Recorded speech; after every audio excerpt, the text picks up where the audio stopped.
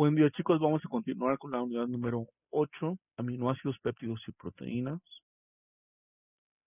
Aparte de formar proteínas, los levoalfa-aminoácidos y sus derivados son muy importantes en funciones como la transmisión sináptica, biosíntesis de porfirinas, purinas, pirimidinas, urea, y los péptidos, que son polímeros cortos de aminoácidos, llevan a cabo diferentes papeles en el sistema neuroendocrino, funcionando como hormonas, neuromoduladores y neurotransmisores. Sucede que los microorganismos, las bacterias, son capaces de producir proteínas, tanto con dextro como con levo-alfa-aminoácidos. Y muchos de estos, producidos por microorganismos, o incluso por plantas, son tóxicos para nosotros y son de valor terapéutico y se utilizan en ciertas patologías. Los humanos no podemos sintetizar 10 de los 20 levoalfa-aminoácidos, por lo tanto debemos consumirlos en la dieta, y estos 10 que no podemos sintetizar se llaman aminoácidos esenciales. Existen más de 300 aminoácidos en la naturaleza, pero en nuestro caso solamente 20 constituyen o son formadores de proteínas. Aquí vemos el código genético, lo hemos visto en la sección de ácidos nucleicos, y vemos cómo los aminoácidos son codificados en su mayoría por más de un codón.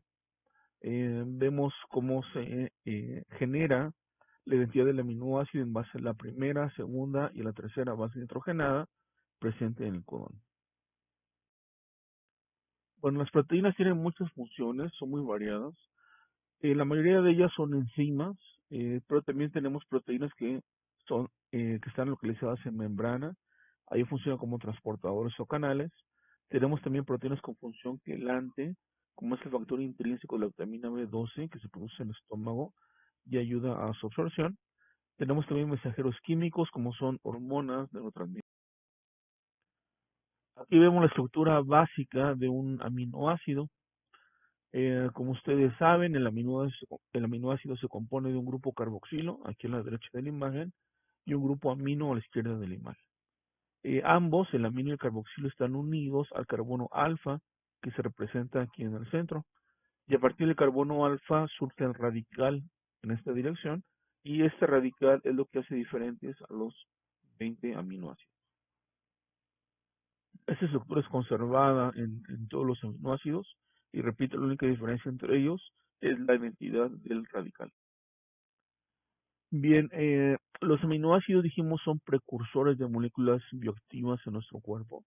Por ejemplo, el triptófano genera a la niacina, y la niacina es una vitamina, ya vimos, es utilizada para producir a la serotonina, un neurotransmisor muy importante. La glicina es precursora en la síntesis de porfirinas como el grupo hemo. La arginina se utiliza para producir óxido nítrico por la enzima óxido nítrico sintetasa. El aspartato, glicina y glutamina son precursores de nucleótidos. La tirosina es precursora de las hormonas tiroideas.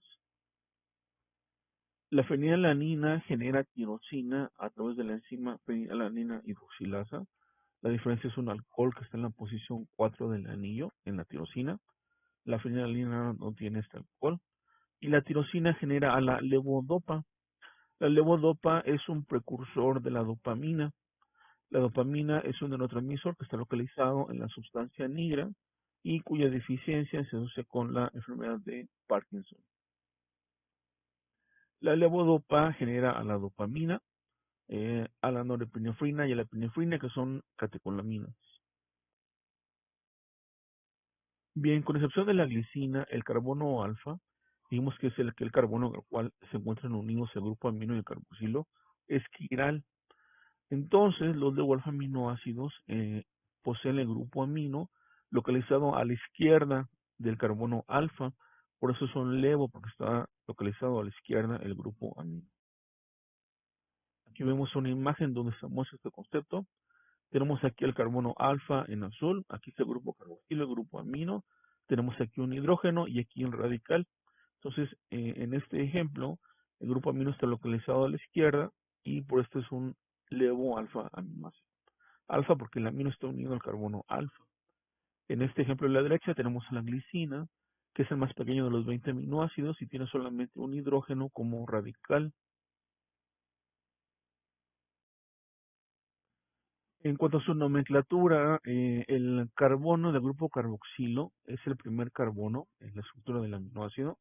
Luego seguiría el carbono alfa, que dijimos tiene pegado aquí al grupo amino.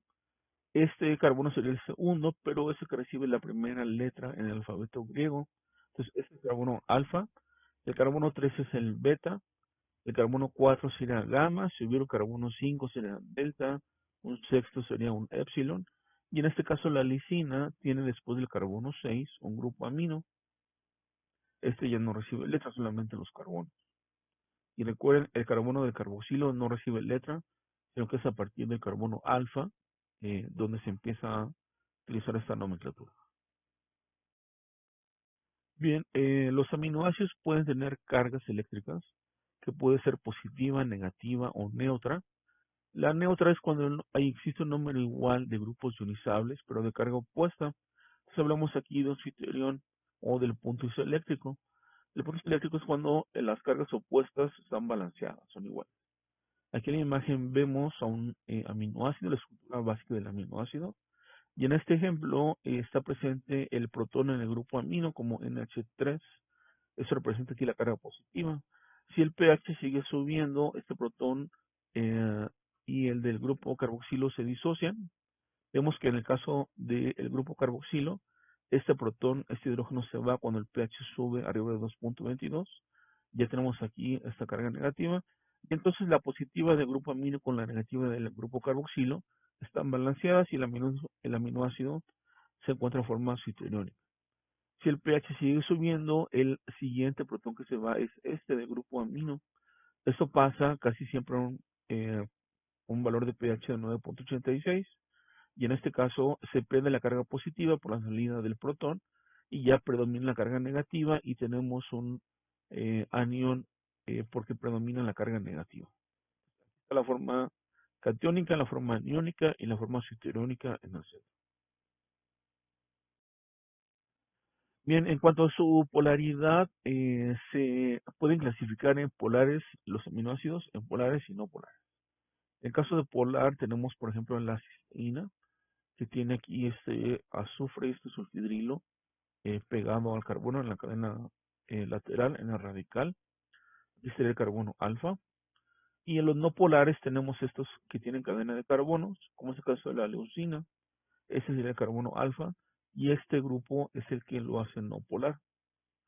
En cuanto a carga, los ácidos como el ácido glutámico, el ácido aspartico, poseen carga negativa debido a que el pH en el pH fisiológico implica que este protón del grupo carboxilo ya se fue.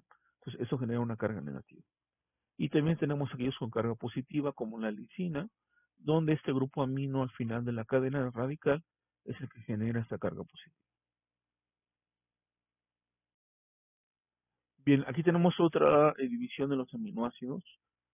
Tenemos la clasificación en aminoácidos con grupos no polares de tipo alifáticos.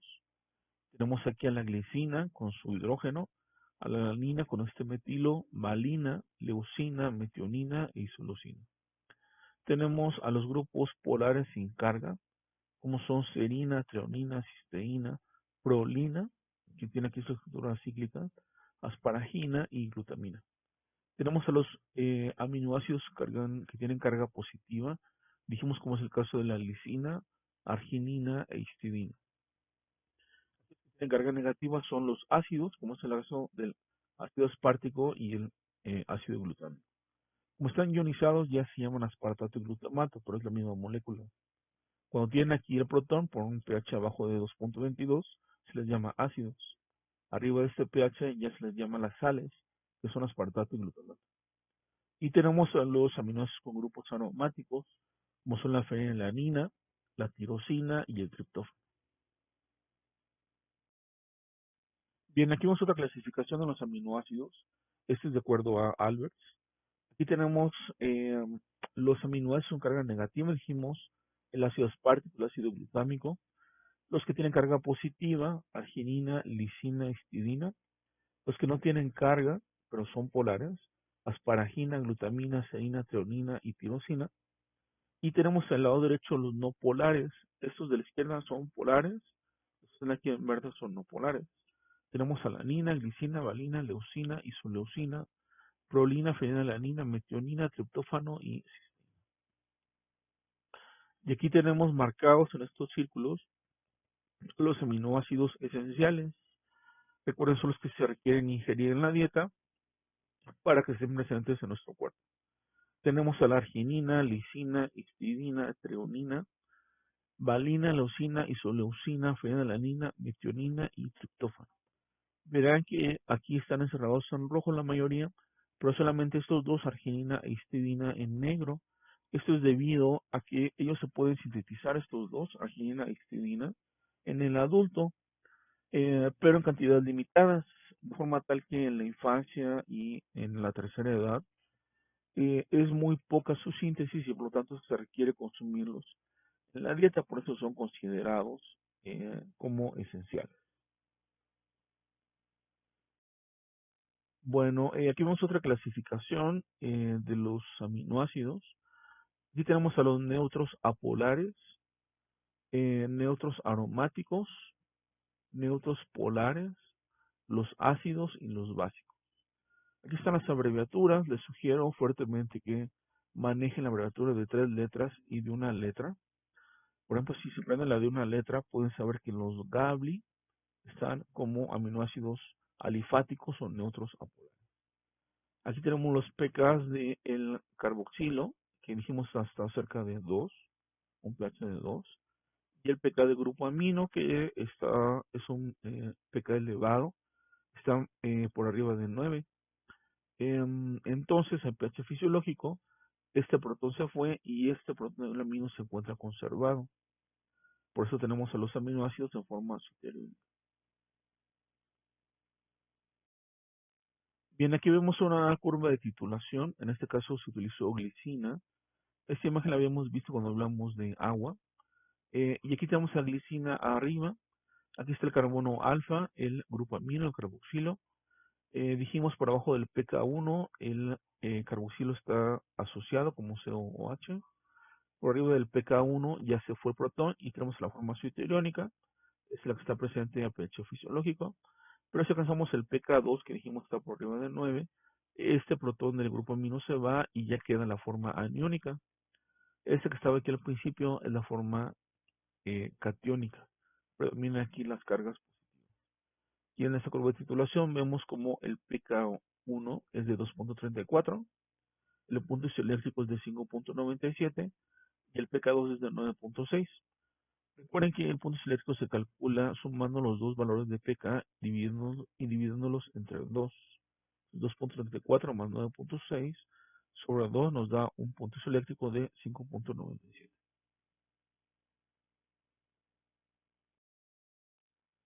Bueno, aquí vemos otra curva de titulación. Esta es una gráfica en realidad, donde se muestran los diversos valores de pK en relación siempre al pH en el medio en el que se encuentren.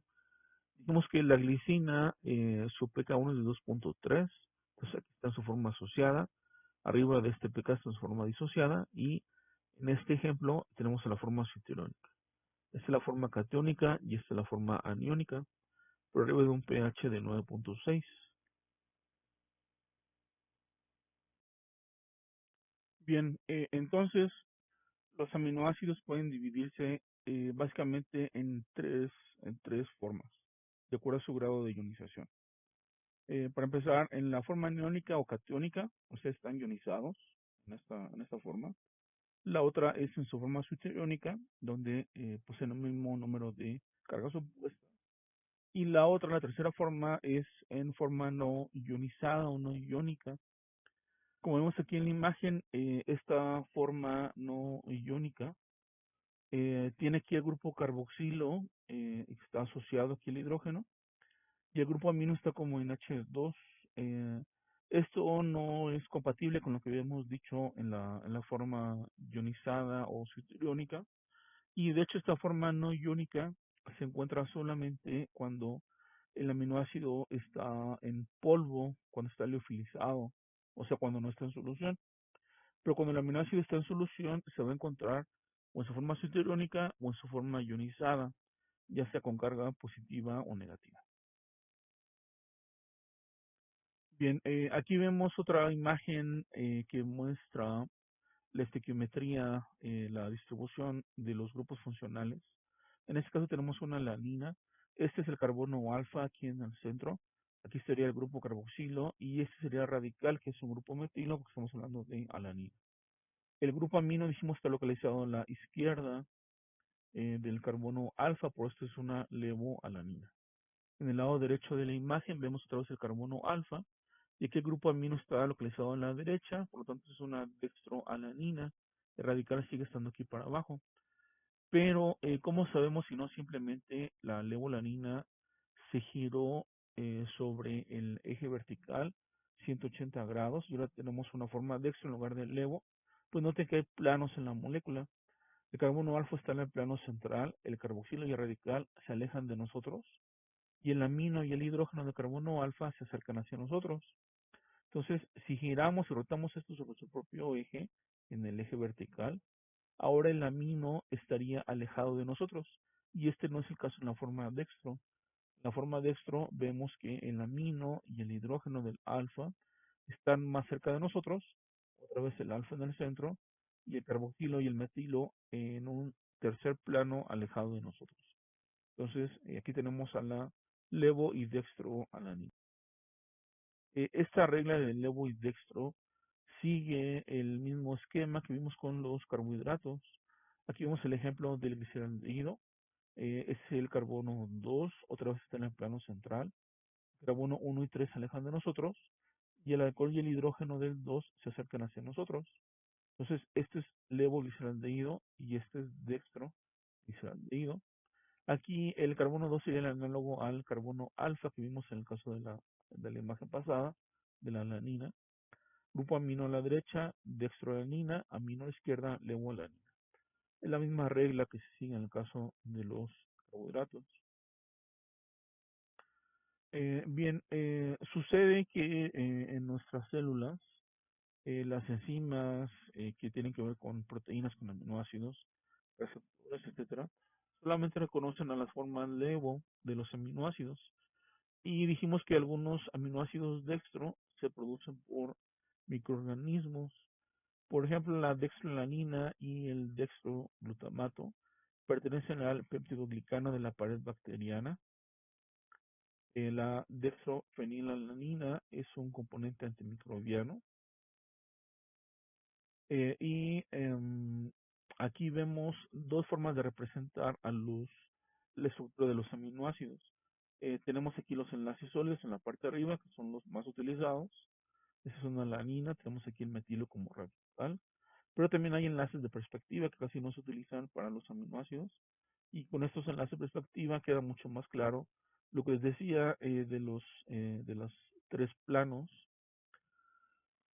En este caso, el amino cercano a nosotros, lado izquierdo es levo, a la derecha es dextro.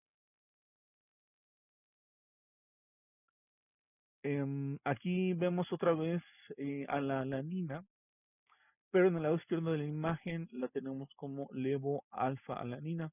Recuerden que son alfa aminoácidos porque están unidos el amino al carbono alfa. Aquí sería entonces este sería el carbono alfa, el de carboxilo, y este es el de radical.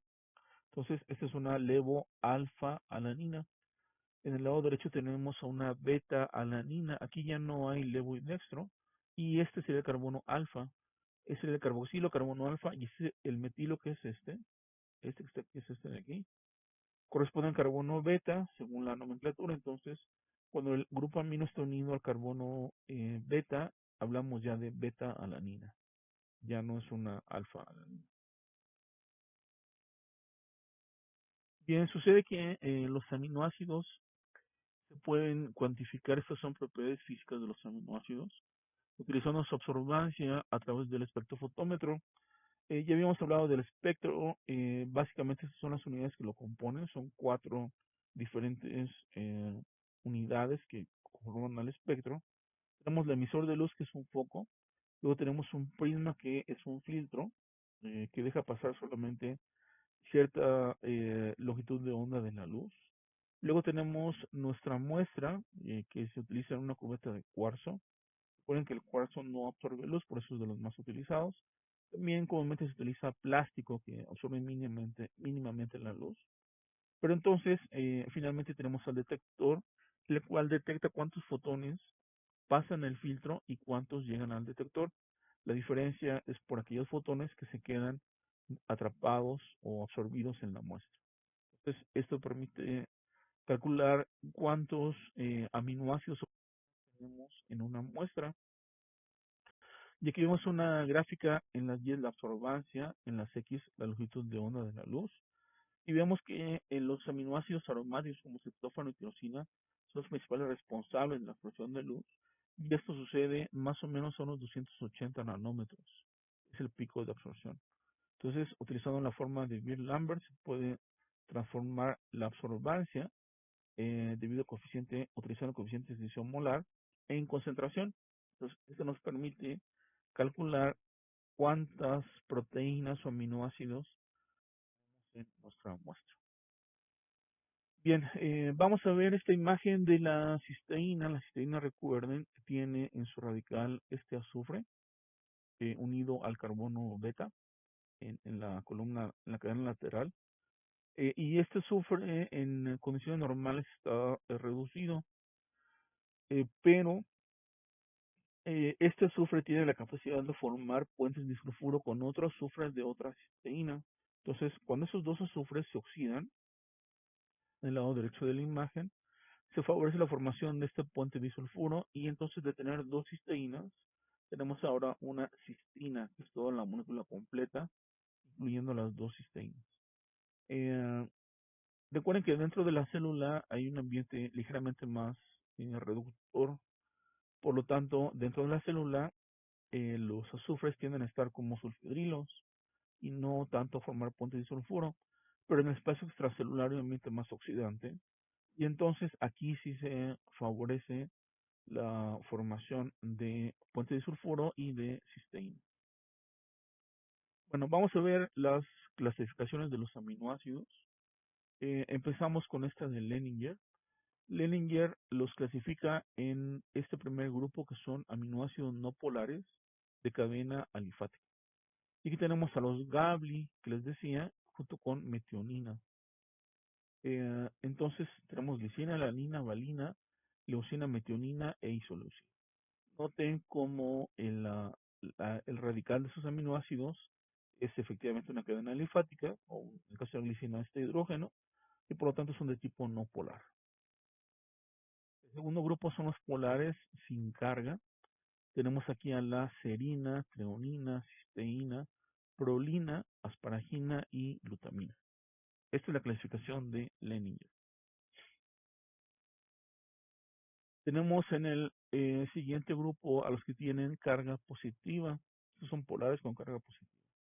Tenemos aquí a la lisina, arginina e histidina. A continuación, los que tienen carga negativa, dijimos que aquí están los dos ácidos, el aspartato y el glutamato. ¿Por qué son negativos? Porque tienen aquí estos carboxilos que están ionizados y entonces tienen la carga negativa. Y tenemos aquí a los aromáticos, tenemos a la fenilalanina, tirosina y triptófano. Bien, recordemos también a los esenciales y no esenciales. Estos habíamos visto eran los 10 esenciales y estos de acá los 10 no esenciales que por definición se pueden sintetizar en nuestro cuerpo. Y vamos a ver ya por último en esta sección de la unidad, en este video, a la clasificación según Harper. Tenemos aquí el primer grupo que son los aminoácidos con cadenas laterales alifáticas. Tenemos otra vez a los Gabli. Noten que aquí la metionina que tenía Lenger ya no está incluida. Tenemos solamente estos 5: glicina, alanina, valina, leucina e isoleucina. Aquí Harper nos pone sombreados en azul lo que es común para todos y lo que no está sombreado es el radical del aminoácido. menciona también el pK1, que es el grupo carboxilo, que dijimos es bajo, y el pK2 del grupo amino, que es alto. El segundo grupo, según Harper, son los aminoácidos con alcoholes en su cadena lateral. Aquí tenemos tres aminoácidos: serina, treonina y tirosina. El siguiente grupo son aquellos aminoácidos con azufre, dijimos. Tenemos a la cisteína y a la metionina. La diferencia entre ambas es que la metionina tiene un metilo aquí pegado al azufre. Entonces, este metilo extra impide que la metionina forme puentes disulfuro, como vimos en el caso de la cisteína. Por esa razón, la cisteína es más reactiva y es utilizada por las proteínas para consolidar la estructura terciaria. Tenemos el siguiente grupo, que son aquellos que contienen grupos acídicos o amidas. Entonces, acídicos hablamos de los dos ácidos, el glutamato y el aspartico, y las amidas son los que tienen nitrógeno en sus cadenas, que son la glutamina y la asparagina. Aquí está el nitrógeno de la asparagina y el de la glutamina. Tenemos a continuación los que tienen grupos básicos, están arginina, lisina e histidina. Los que contienen anillos aromáticos tenemos estos cuatro. Histidina se repite aquí, igual que en el grupo anterior. Fenilalanina, tirosina y triptófano. Y finalmente tenemos a la prolina, que en realidad no es un aminoácido, es un iminoácido, por esta estructura que forma cíclica entre el grupo amino y el carbono alfa otra vez, aparte de este enlace que es el tradicional de todos los aminoácidos. Este anillo genera este NH2, a diferencia de este NH3 que está en todos los aminoácidos, y eso lo convierte en un iminoácido, y esta es la excepción al resto del grupo de los aminoácidos. Bien, la sugerencia aquí con esta clasificación de Leninger y de Harper es que razonen ustedes por qué razón se clasifican en estos grupos, porque este es una amida y está en este grupo, porque este tiene carga negativa o acídica, porque está en este grupo, porque estos son aromáticos, y eso les permitirá entender mejor cómo se clasifican a los aminoácidos. Muy bien, chicos, pues hasta aquí queda el primer video. Muchas gracias por su atención y en el siguiente video continuaremos con esta presentación. Gracias.